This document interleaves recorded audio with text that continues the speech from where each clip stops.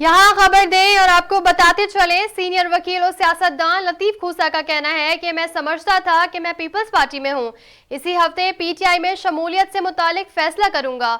लतीफ खूसा ने कहा कि अपने और एतजाज हसन के बारे में आसिफ अली जरदारी की राय का एहतराम करता हूँ। उन्होंने कहा, पार्टी चेयरमैन या सदर अगर समझते हैं कि मैं पार्टी में नहीं तो ठीक है, अगर आसिफ अली जरदारी कहते हैं कि मैं पार्टी में नहीं हूँ तो मैं नहीं हूँ। वकील लतीफ खूसा का कहना है कि मैं भुट्टो शहीद और बेनजीर की जमात में था, जिसका नजरिया अवामी हिमायत था। लतीफ खूसा से सवाल किया गया कि पाकिस्तान तहरीक इंसाफ में शमूलियत की बात हो रही है, क्या ये दावे दुरुस्त हैं? इसका जवाब देते हुए लतीफ खूसा ने कहा कि मेरी फैमिली, दोस्त और हमनवाओं का इसरार है, इसलिए इसी हफ्ते फैसला कर रहा हूं।